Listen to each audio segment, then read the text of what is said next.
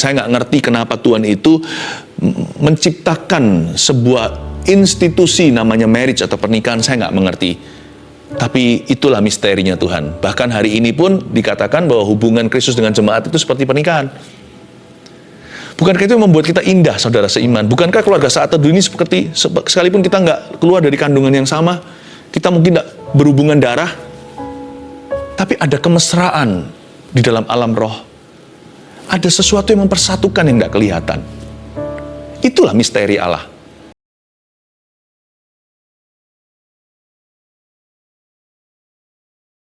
Akan terjadi. Nah, sekarang kita kembali lagi ke tema hari ini, arti satu daging dalam pernikahan. Pasal 19 ayat pertama, setelah Yesus selesai dengan pengajarannya itu, berangkatlah ia dari Galilea dan tiba di daerah Yudea yang di seberang sungai Yordan. Orang banyak berbondong-bondong mengikuti dia, dan ia pun menyembuhkan mereka di sana. Berhenti sebentar. Tuhan itu selalu mengajar dan menyembuhkan. Tapi yang Tuhan pedulikan itu relationship loh, hubungan. Tuhan ingin sekali keluarga itu pulih, bersatu. Tuhan ingin agar papa, mama, anak-anaknya bertumbuh sehat di dalam iman. Sebenarnya, sebelum saya lanjut lagi nanti baca, pernikahan itu susah nggak sih? Gampang-gampang susah. Mau gampang jika dibuat gampang, susah jika dibuat susah. Ya. Nah, kita akan baca sekarang ayat berikutnya. Ayat-ayat ini tentang keluarga. Maka datanglah orang-orang Farisi kepadanya untuk mencobai dia. Mereka bertanya, apakah diperbolehkan orang menceraikan istrinya dengan alasan apa saja? Stop lagi. Sebelum jawaban Yesus nanti kita baca di ayat 4. Ayat 3 kita pelajari dulu pertanyaannya. Yang tanya nggak tanggung-tanggung. Orang Farisi itu ahli Taurat. Mereka itu orang-orang yang berpengetahuan khusus tentang hukum Taurat, yaitu firman-firman di Perjanjian Lama. Tapi mereka motivasinya nggak bagus. Mereka hendak menjebaknya. Mereka bertanya itu dengan satu maksud, yaitu untuk mencobai Tuhan. Pertanyaan mereka apa? Saya ulangi lagi. Tuhan Yesus atau guru, dia nggak panggil Tuhan ya, dia panggil guru. Mereka nggak menerima Yesus sebagai Tuhan. Mereka nggak mengakui bahkan kalau Yesus itu Tuhan. Mereka berkata, guru, apakah diperbolehkan orang menceraikan istrinya dengan alasan apa saja? Pertanyaan ini kan gampang mestinya dijawab, tapi di zaman itu nggak mudah, karena waktu itu adalah subjek yang kontroversi. Ada dua macam popular views, ada dua macam, bukan popular views, ada dua macam pengajaran oleh rabi-rabi besar. Ya, menurut sejarah, di dalam histori, rabi yang bernama Shammai itu sangat-sangat strict, garis keras. Jawabannya langsung tidak dengan setiap hurufnya huruf besar. Tidak, makanya dia nggak populer. Karena waktu itu orang-orang Yahudi maunya menceraikan istrinya. Waktu itu ya, di zamannya Yesus itu kan memang zaman-zaman kegelapan. Makanya ketika mereka melihat Yesus dan mendengar pengajarannya, seolah-olah dunia gelap melihat terang. Makanya Yesus disebut terang dunia, karena dia adalah, Tuhan Yesus adalah hawa baru, fresh, segar, dan pengajarannya pun bukan dari bumi, dari tempat yang maha tinggi. Dan Rabi Shammai pokoknya jawabnya tidak, dosa, masuk neraka, begitu aja. Tapi nggak memberikan penjelasan dan solusinya. Sedangkan yang satunya lagi, ya, kutub utara, kutub selatan, pihak lain dari Rabi Hillel namanya, ini liberal, oke-oke aja. Makanya dia populer. Karena waktu itu banyak sekali pernikahan yang bermasalah di zaman Yesus, dan tidak sedikit yang ingin menceraikan atau menceraikan suami atau istrinya sama saja. Sehingga Rabi Hillel ini populer sekali. Bahkan di dalam histori dicatat begini, dikit-dikit ya, misalkan kalau goreng telur gitu, agak kebakar telurnya, udah cukup alasan untuk menceraikan karena dianggap tidak menghormati suaminya. Ngeri ya. Ahli Taurat itu bisa berlebihan loh. Apa iya Pastor Philip? Iya, bahkan zaman itu mereka nggak cuci tangan atau apa, hukum-hukum najisnya itu banyak. Dan waktu itu pria-pria zaman Yesus gila hormat. Dan mereka juga nggak setia, istri-istri juga nggak hormat, sama suami-suami juga nggak mengasihi. Wah, kacau pokoknya. Kacau pada waktu itu, zaman kegelapan. Ya, ada contoh-contoh yang lainnya yang ridiculous, yang konyol-konyol ya. Seperti kesalahan yang tidak berarti. Cukup, dan itu dibenarkan. Rabbi Hillel ini mengajarkan itu semuanya justifiable, dibenarkan. Pokoknya dikit-dikit cerai. Oke, nggak masalah. Karena Musa mendukungnya. Nanti kalau kita baca ayat-ayat belakang, mereka pakai hukum Musa sebagai backingnya. Oke? Nah, sebenarnya ada dua macam kutub yang pengajarannya berbeda. Yesus nggak ikut salah satu. Karena Yesus selalu mengacu pada firman Tuhan. Bukan apa kata manusia atau popular view. Tuhan nggak begitu. Tapi sebenarnya mereka kok bisa mencoba Yesus pakai pertanyaan begini ya, karena tidak yang lama yang lalu ada satu kasus pernikahan yang ditegur oleh seorang nabi itu dipenggal karenanya, yaitu Yohanes Pembaptis tak tanggung-tanggung, sepupu jauh Yesus Kristus, yang mempersiapkan jalan bagi Tuhan. Kan perkara Herodes dan Herodias, raja wilayah, dan dia angkat bicara, nggak benar itu nggak benar. Siapapun yang menceraikan, lalu habis itu dia kawin lagi, atau yang diceraikan, gitu ya. Pokoknya yang kacau deh. Yang seperti itu nanti menikah lagi. Kamu tidak pernah benar, sebab kejadianmu itu di mata Tuhan tetap tidak pernah dapat approval. Tuhan menganggap kamu berzina. Tuhan menganggap kamu curang. Tuhan menganggap kamu tidak fair. Jadi sekalipun mau dirayakan sebagai raja wilayah, bahkan pakai imam-imam yang dibayar sekalian. Zaman itu kan bait suci pun menjadi tempat perdagangan. Segala sesuatu dihalalkan. Tapi di mata Tuhan, kamu tidak pernah halal. Hubungan ini salah di matanya forever and ever. Amin. Dipenggal gara-gara itu. Jadi kalau Yesus salah bicara, dia bisa kehilangan pengikut. Kalau dia pakai cara syamai, udah pokoknya cut off, tidak memberikan sebuah cara pandang, tidak memberikan sebuah solusi jalan yang lebih baik, tidak ada hikmatnya. Atau kalau Tuhan liberal, maka patahlah semua pengajarannya yang lain. Dan kalau Tuhan salah bicara, bisa berakhir ministrinya. Bukankah itu yang mereka mau? Supaya Yohanes Pembaptis di-repeat atau terulang lagi dalam kasus Yesus. Tapi Tuhan Yesus tidak begitu. Ayat 4 kita baca. Jawab Yesus. Anda siap? Oh, jawaban Tuhan membuat saya semakin mengaguminya. Tidakkah kamu baca?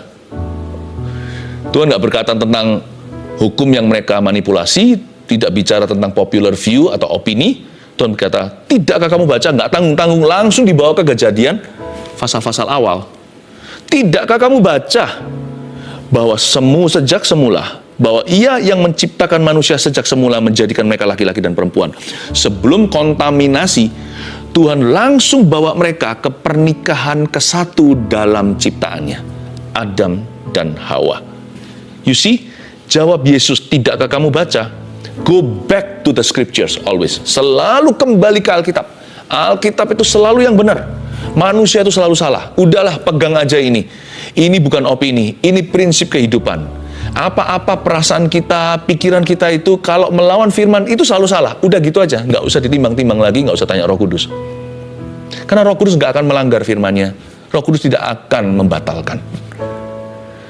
Go back to the scriptures. Kembali lagi ke scripture, kembali ke Alkitab, kembali Alkitab. Alkitab bilang apa? Alkitab bilang apa? The Bible says, the Bible says. Tuhan Yesus itu bicara begini bukan hanya karena Tuhan itu divine, ilahi, tapi juga Tuhan itu smart. Ya, karena zaman itu sudah seperti tali yang sudah kacau, tali yang bulat katanya orang gitu ya, tali yang sudah nggak bisa lagi diluruskan, sudah nggak tahu dari mana mulainya. Karena zaman itu pria-pria memandang rendah wanita di masyarakat, di society nggak mau kalah. Wanita-wanita, perempuan-perempuan zaman Yesus memandang remeh laki-laki. Persis kayak hari ini kan, laki menghina wanita, wanita susah untuk menghormati pria. Dan Tuhan berkata, go back to the scripture. Jawab Yesus, tidakkah kamu baca? Tidakkah kamu baca?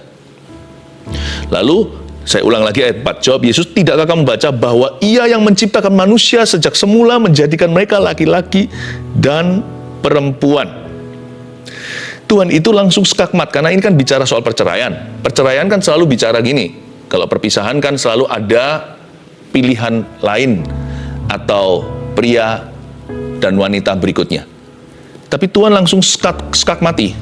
Tuhan skakmat. Dia berkata, Tidakkah kamu baca bahwa dari sejak semula Tuhan menjadikan mereka laki-laki dan perempuan? Dengan kata lain, coba tengok kejadian pasal-pasal awal. Pernikahan perdana. Adam tidak punya pilihan lain. Dia nggak punya opsi. Hawa satu-satunya. Hawa nggak punya opsi lagi. Adam semata wayang. Dia mau memandang suami siapa? Istri siapa? Dia mau memandang laki-laki perempuan mana di tetangganya? Yang ada hanyalah gajah dan jerapah. Tuhan bilang, tidakkah kamu tahu, belumkah kamu baca sejak semula Tuhan jadikan mereka laki-laki dan perempuan? Tidak ada perceraian, tidak ada perpisahan. Daging dari dagingku, tulang dari tulangku. Ya ini, nggak ada pilihan lagi. Nggak ada pilihan lagi, ya itu. Tuhan bilang, dari semula dia menjadikan laki dan perempuan. Sadarkah Anda? Singular, tunggal-tunggal. Laki, perempuan. Nggak boleh ada kata-kata keluar seperti ini. Emangnya di seluruh dunia hanya kamu prianya? Masa di dunia ini hanya kamu? Hanya kamu cowok seorang atau kamu cewek seorang? Hanya kamu satu-satunya perempuan? Nggak boleh. Tidakkah kamu baca dari sejak semula hanya satu one man, one woman? Ini bicara berlaku untuk orang-orang yang menikah. Pakai tapal kuda. Tidak ada opsi. Pernikahan adalah masuk ke dalam situ, tutup pintu belakang. Tidak ada pintu bahkan di belakang situ. Dan ini juga menjadi sebuah peringatan untuk orang yang mau menikah. Pilih baik-baik pasangan Anda. Kadang-kadang kita pilih pasangan yang fantasi, tapi bukan yang kita butuhkan. Tuhan itu tahu yang kita perlukan. Dan juga pernikahan jangan main-main. Makanya yang bujangan, yang pacaran. Jangan pacaran itu buat coba-coba.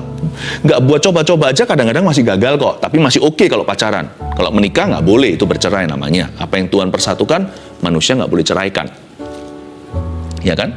Nah, pada waktu kita masih sendirian atau bujangan, kita harus berdoa sungguh-sungguh dan menguji relationship itu. Karena itu jangan cepat-cepat berhubungan yang sifatnya fisik, apalagi hubungan badan. Oh, jangan-jangan. Karena bagaimanapun juga namanya orang pacaran itu penyesuaian, courtship. Itu untuk mencari pasangan hidup, bukan untuk melampiaskan hawa nafsu. Pastikan kalau Anda itu udah gandengan, udah usianya, udah sama-sama orang-orang yang punya tanggung jawab, orang-orang yang sudah mandiri, ya, bukan bayi baru lahir kemarin, misalnya, tapi orang-orang yang sudah punya pekerjaan. Kalau enggak, orang-orang muda yang sudah tanggung jawab sekolahnya di usia yang cukup dewasa. Ingat ya, libatkan Tuhan. Karena Anda bukan cari pacar. Karena Anda menuju ke pernikahan. Pernikahan itu sekali masuk, itu nggak ada pintu belakang. Nggak bisa berkata, ups, salah. No refund policy. Tidak ada yang namanya kebijakan untuk mengembalikan barang, itu nggak ada. Nggak boleh. Karena itu tidak boleh coba-coba. Libatkan Tuhan, libatkan orang-orang yang dapat Anda percaya, libatkan keluarga. Semoga keluarga Anda takut akan Tuhan. Ya. Ia yang menciptakan manusia sejak semula menjadikan mereka laki-laki dan perempuan, ayat 5. Dan firman-Nya, sebab itu laki-laki akan meninggalkan ayah dan ibunya dan bersatu dengan istrinya sehingga keduanya itu menjadi satu daging. Demikianlah mereka bukan lagi dua, melainkan satu. Karena itu, apa yang telah dipersatukan Allah tidak boleh diceraikan manusia. Di ayat 5 dan 6, saya bagi jadi 3 poin sederhana. Tolong siapkan catatan Anda. Saya ulang lagi ayat 5. Dan firman-Nya, ini firman Tuhan. Sebab itu laki-laki akan meninggalkan ayah dan ibunya. Yang ke-1, tinggalkan sikap bujangan. Sebab itu laki-laki akan meninggalkan ayah dan ibunya. Tinggalkan sikap bujangan. Bahasa I atau aku sudah harus pisah dari mulutmu dan mulutku. Sekarang sudah bahasanya kita. Kalau sama orang luar bahasanya kami. Kami sekeluarga, jadi nggak ada celah, nggak ada tembok pemisah. Orang ketiga nggak bisa masuk karena mereka dapat kesempatan atau dapat signal dari dalam. Selalu bahasanya kami. Us. Orang luar, orang luar. Tapi di antara suami istri selalu bahasanya kita. Kita. Bukan kamu, aku. Uangku, uangmu. Ya. Kakakmu, kakakku. Tapi bukan begitu Ya, kadang-kadang kita tetap perlu memberitahukan kakak yang mana, orang tua yang mana. Tapi hati-hati, tonasinya bukan seperti orang yang menyerang, tetapi tonasinya lebih menjelaskan yang Anda maksudkan siapa. Ya, karena itu hati-hati, sebab itu laki-laki akan meninggalkan ayah dan ibunya. Ini laki-laki dan perempuan juga. Kalau di sini dikatakan laki-laki bukan hanya pria.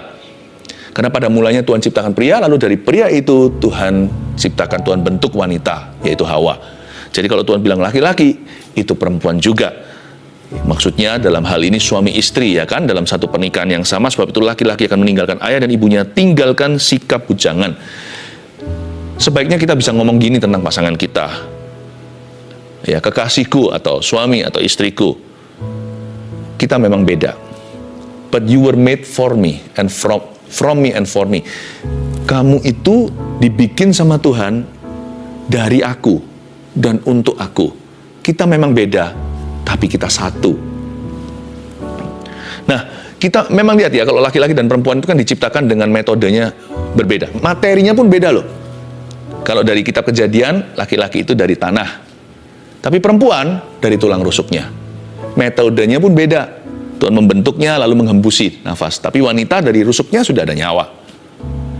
Timingnya pun berbeda. Adam dulu, lalu Adam dibuat tidur, nanti Hawanya muncul. Namanya pun berbeda, nggak sama. Yang satu diberi nama man, pria. Yang satu diberi nama wanita atau woman. Dari sini kita tahu bahwa dua insan yang sangat berbeda Tuhan taruh dalam satu pernikahan, itu resiko besar. Tapi disinilah indahnya tubuh Kristus, bahkan hubungan Kristus dengan jemaatnya. Kita itu beda. Nah, maksudnya di sini apa? Sebab itu laki-laki dan meninggalkan ayah dan ibunya. Apapun yang terjadi, tinggalkan sikap bujangan. Always go back to marriage. Kalau orang itu sudah menikah, selalu kembali ke pernikahan. Nggak boleh arahnya itu ngepak barang. Nggak boleh. Arahnya itu selalu drop dulu, tunggu. Always wait for one another. Itu yang Tuhan kehendaki, yang Tuhan inginkan. Tinggalkan sikap bujangan. Engkau sudah meninggalkan rumah ayah dan ibumu. Kalau laki meninggalkannya, perempuan juga meninggalkannya, seperti Ribka meninggalkannya untuk kawin sama Ishak. Sama-sama telah meninggalkan, tinggalkan sikap bujangan. Ada apa-apa, ada masalah apa, selalu bisa diajak bicara. Selalu ujungnya kembali to work out the marriage, selalu kembali untuk mengerjakan pernikahan, bukan lari dari keadaan atau larikan diri dari pernikahan itu. Nggak boleh. Arah anginnya itu selalu ke arah marriage, bukan menjauh, selalu ke situ. Itulah sebabnya Yesus berkata, kalau ada yang marah jangan sampai matahari terbenam. Tinggalkan sikap bujangan. Yang kedua, sebab itu laki-laki akan meninggalkan ayah dan ibunya dan bersatu dengan istrinya. Garis bawah ini, dan bersatu dengan istrinya sehingga keduanya itu menjadi satu daging. Dari sinilah keluar tema kita, arti satu daging dalam pernikahan. Bersatu dengan istrinya sehingga keduanya itu menjadi satu daging. Lanjut lagi, demikianlah mereka bukan lagi dua, melainkan satu. Tulis nomor 2 poinnya, targetkan kesatuan selalu. Makanya sekarang saya ngerti, pernikahan itu begitu sakralnya, kita nggak boleh main-main, jangan menjadi pasangan tidak sepadan. Itulah pentingnya satu iman aja, banyak penyesuaian loh. Ya, untungnya kalau penyesuaian satu iman itu hanyalah anggaran rumah tangga, tetapi kalau beda iman sudah beda dasar, itu anggaran dasarnya udah salah. Targetkan kesatuan selalu. Pentingnya satu iman itu di situ, yang bujangan belum terlambat, belum telat, pilih yang benar. Dan proses mempersatukan dua insan yang totally different atau yang sangat berbeda itu, itulah pekerjaan Allah di dalam setiap pernikahan. Saya nggak ngerti kenapa Tuhan itu menciptakan sebuah institusi namanya marriage atau pernikahan, saya nggak mengerti. Tapi itulah misterinya Tuhan. Bahkan hari ini pun dikatakan bahwa hubungan Kristus dengan jemaat itu seperti pernikahan. Bukankah itu membuat kita indah, saudara seiman? Bukankah keluarga saat teduh ini seperti, sekalipun kita nggak keluar dari kandungan yang sama, kita mungkin tidak berhubungan darah, tapi ada kemesraan di dalam alam roh. Ada sesuatu yang mempersatukan yang nggak kelihatan. Itulah misteri Allah. Dalam pernikahan juga sama. Allah mempersatukan dua insan yang berbeda dan membentuk mereka. Kasar mereka ketemu halus sebelah sini. Kasarnya sini ketemu halusnya sana. Bisa sama-sama besi menajamkan besi. Suami bersatu dengan istri. Ini bukan bicara tentang hubungan seksual saja. Ini bicara tentang sifat segala sesuatu. Visi hidup, tujuan. Targetkan kesatuan selalu. The goal is, dalam pernikahan itu goal atau targetnya bukanlah kita bisa mengerjakan satu hal bersama-sama. Tetapi kita bisa mengerjakan segala hal bersama-sama. Suami istri itu harus mengerjakan semuanya itu bersama-sama. Kalau nggak bersama, jangan kerjakan. Tapi kalau sampai tidak bisa mengerjakan satu hal yang sama, itu berarti saling melengkapi. Paham maksud saya? Nggak mungkin kan kita semua bisa sama-sama, ya kan? Atau kalau punya anak masih kecil, bayi gitu, mandi pun, ya kan? Ada waktunya, situ sikat gigi dulu, nanti giliran supaya ada yang jaga anaknya. Ya. Atau kalau kita makan, kadang-kadang nggak bisa sama-sama. Mungkin yang satu ada meeting di luar sana. Bukan berarti bisa melakukan semua activity together. Tapi kalau nggak bisa melakukan segala sesuatu bersama-sama, itu karena saling melengkapi, bukan karena menjauh. Goal, tujuan daripada pernikahan, bukan melakukan satu hal bareng-bareng, tapi segala sesuatu, segala perkara bersama-sama. Targetkan kesatuan selalu, itu artinya menjadi satu daging, mereka bukan lagi dua. Itu artinya sang pria akan bersatu dengan istrinya, sehingga keduanya itu menjadi satu di mata Tuhan. Dan apa yang telah dipersatukan, yang terakhir, karena itu apa yang telah dipersatukan Allah tidak boleh diceraikan manusia, garis bawahi. Apa yang telah dipersatukan Tuhan tidak boleh diceraikan. Nomor 3, tolak kata cerai atau pisah, atau kata-kata apapun yang melemahkan pernikahan itu. Do not undo, never undo God's word. Jangan pernah meruntuhkan firman Tuhan dalam hidupmu.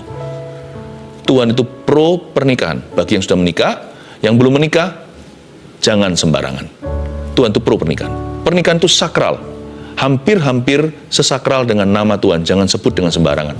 Jadi jangan pernah serang pernikahan itu dengan kata-kata. Baik itu kata-kata cerai atau yang dosisnya lebih rendah, seperti yang lebih nggak mengancam seperti pisah. Never do that. Jangan pernah lakukan itu. Anda akan mendukakan roh Allah di dalam dirimu. Tolak kata cerai atau pisah. Sebaliknya, rekonsiliasi. Nah, sekarang saya tunjukkan ya. 3 poin sudah Anda dapatkan. Saya kasih suplemen tambahan. Ayat 7, kata mereka kepadanya, ini orang-orang Farisi lagi, jika demikian apakah sebabnya Musa memerintahkan untuk memberikan surat cerai jika orang menceraikan istrinya? Wah, bawa-bawa Musa ini. Kata Yesus kepada mereka, saya kagum sama Tuhan. Karena ketegaran hatimu, Musa mengizinkan kamu menceraikan istrimu, tapi sejak semula tidaklah demikian. Bukan kata tadi Tuhan sudah ceritakan kitab Kejadian. Dari sejak semula, mana ada? Nggak ada. Itu ide aslinya Bapak. Kamu bawa-bawa Musa. Musa nggak salah. Musa itu bukan mendorong perceraian, bukan yang mencetuskan. Musa itu mencoba mengontrol hawa nafsumu. Karena ketegaran hatimu Musa mengizinkan. Waduh, kalau sudah di level ini kan celaka ya. Musa ini kan hamba Tuhan ya. Kalau sampai Musa aja menurunkan standarnya, berarti nggak ketolongan. Karena ketegaran hatimu.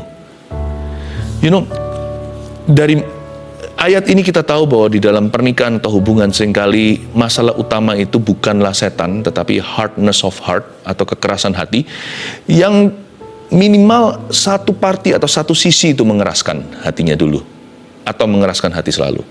Tapi lebih untung satu daripada dua. Kalau dua-duanya mengeraskan hati, wah, mana obatnya? Di sini juga Tuhan berkata, karena ketegaran hatimu, kata ketegaran itu karena kekerasan hatimu. Because of the hardness of your heart.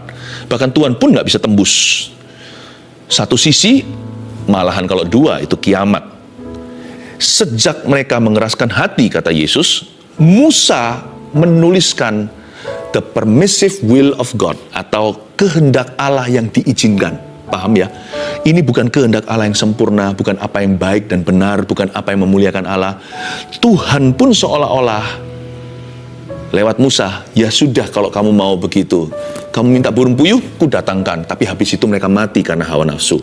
Tuhan berkata, baiklah, masuklah kehendak Tuhan yang diizinkan. Saya tidak pernah mau. Saya ngomong sama Tuhan terang-terangan. Dalam hidup saya mengiring Yesus, saya selalu ngomong begini, Tuhan, jangan izinkan yang namanya Philip ini, Tuhan, memaksamu untuk tanda tangan sesuatu yang bukan idemu, atau sesuatu yang tidak membuat Tuhan bahagia. Kalau sampai Tuhan mengangguk sama saya, berarti Tuhan tidak sayang sama saya. Lebih baik saya hajar Tuhan, jadikan saya anak yang disesah, anak yang tidak gampangan. Kalau saya dibiarkan, kan berarti saya bukan anak Tuhan. Berarti saya anak tetangga. Jangan Tuhan, hajar aku. Tapi janganlah tolak aku ketika aku bertobat. Hajarlah saya. Saya selalu ngomong gitu sama Tuhan. Saya nggak menunggu sampai Tuhan. Kalau saya nggak bahagia kalau Tuhan berkata, ya sudah, kalau kamu maunya gitu. Lalu saya pergi dengan happy. Wah, anak-anak saya juga mengerti. Kalau dia tanya sesuatu sama kami, papa mamanya, kalau saya diam, mereka langsung nggak berani. Nggak usah tunggu saya ngomong tidak. Lebih ngeri daripada kalau saya bilang tidak, adalah kalau saya diam. Kalau saya diam, oke. Kalau dia terusin, wah, itu uji nyali. Kalau dia terus begitu kan menantang. Itu kembalinya nanti ada masalah sama saya. Kalau saya diam, jangan diteruskan. Anak-anak saya mengerti. Saya nggak marah-marah, saya bukan papa yang emosi-emosi, saya nggak begitu. Tapi anak saya mengerti kalau saya quiet, saya tidak memberikan definitif atau iya dengan tegas, dan jangan jalan. Tuhan kita itu kayak gitu. Karena ketegaran hatimu. Bayangin, Yesus anak Allah loh, tahu hati bapaknya. Karena kamu paksa papaku, gitu. Karena kamu paksa Bapa di sorga. Wow. Dari sini kita harus tahu betapa pentingnya lembut hati ya. Ayat 9, tetapi aku berkata kepadamu, barang siapa menceraikan istrinya kecuali karena zina, lalu kawin dengan perempuan lain, ia berbuat zina. Murid-murid itu berkata kepadanya, jikalau demikian halnya hubungan antara suami istri, lebih baik jangan kawin. Betul sekali, ayat 10 tuh muridnya ngomong gini loh. Bukan berarti semua harus jomblo sampai akhir hidupnya, bukan. Jangan main-main. Pacaran pun jangan pernah coba-coba. Ya. Pacaran jangan fisik-fisik begitu, tapi hormati tubuhmu. Ya, di dalam tubuhmu itu ada hukum dosa juga kalau tidak dijaga. Maksudnya hubungan antara suami istri itu sakral. Jadi janganlah kita approach atau mendekati itu dengan attitude atau sikap hati yang salah. Dan yang sudah menikah, junjung tinggi pernikahanmu, pernikahan saya juga, itu sama sakralnya dengan nama Tuhan. Karena nama Tuhan yang mengesahkannya. Bukankah dalam nama Bapa, Putra, Roh Kudus kita dinikahkan? Dan apa yang boleh diceraikan di sini? Ini bukan sebagai standar oke, tetapi kalau terpaksa. Coba lihat ayat 9 lagi. Tapi aku berkata kepadamu, kata Yesus, barang siapa menceraikan istrinya kecuali karena zina. Kecuali karena zina. Kata zina di sini dalam bahasa Yunaninya porneia. Kayak pornografi gitu, porneia. Yang artinya begini. Terpaksa karena pasangan selingkuh. Kata kecuali karena zina. Zina ini porneia artinya kecuali karena terpaksa. Kecuali terpaksa karena pasangannya berzina. Itulah artinya. Jadi bukan aji mumpung, ya begitu, ceraikan. Seperti orang-orang Yahudi di zaman Yesus, orang-orang Israel yang dikit-dikit ceraikan istrinya. Ya, nggak suka hati gimana, istrinya sekali gimana, cerai. Suaminya gimana, cerai. Itu sedih. Karena itu berarti menghina nama Allah. Kecuali karena zina, itu berarti terpaksa karena pasangannya selingkuh dan berzina. Ayat 11. Akan tetapi ia berkata kepada mereka, tidak semua orang dapat mengerti perkataan itu, hanya mereka yang dikaruniai saja. Maksudnya orang-orang yang bujangan, kan murid-murid Yesus berkata, wah kalau gitu lebih baik jangan kawin. Tuhan bilang nggak semua orang bisa mengerti perkataan itu, kecuali mereka yang dikaruniai. Ayat 12. Ada orang yang nggak dapat kawin karena ia memang lahir demikian dari rahim ibunya. Ada orang yang dijadikan demikian oleh orang lain, dan ada orang yang membuat dirinya demikian karena kemauannya sendiri, oleh karena kerajaan sorga. Siapa yang dapat mengerti, hendaklah ia mengerti. Simpel saja ya. Untuk orang-orang yang masih bujangan, ada kasih karunia tersendiri. Anda tidak perlu nunggu nanti punya pasangan baru bisa happy. Anda bisa merasa lengkap dalam Yesus sekarang. Dan ada juga orang-orang lagi, saya nggak doakan begitu, tapi ada orang-orang tertentu yang sampai tuanya dia tetap sendiri atau bujangan, Tuhan pun mencukupkan dia. Kasih karunia aku cukup bagimu. Tapi saya doa supaya masih bujangan semuanya dapat jodoh dari Tuhan ya. Semua keluarga saat teduh. 1, 2, 3. Apa aja arti satu daging dalam pernikahan? 1. Tinggalkan sikap bujangan. Tinggalkan itu. Nggak boleh. 2. Targetkan kesatuan selalu. 3. Tolak kata cerai atau pisah. Lakukan ini, keluargamu akan pulih. Gunung apapun akan minggat di hadapanmu selama Anda sepakat. Di mana ada kesepakatan, di situ ada perlindungan. Di mana tidak ada kesepakatan, seperti tidur di rumah yang mewah, tidak ada atapnya, hujan panas kena semua. Virus pun masuk. Saya berdoa, keluarga Anda dilindungi oleh Allah. Ini waktunya Tuhan memulihkan kita. Mari kita angkat tangan, terimalah berkat dari Allah Bapa, Putra, Roh Kudus. Setiap keluarga, saat teduh yang tercinta, bawalah damai sejahtera selalu di hatimu dan ada damai di rumah tanggamu. Apapun yang Anda lakukan, berhasil di dalam nama Yesus Tuhan. Haleluya, amin.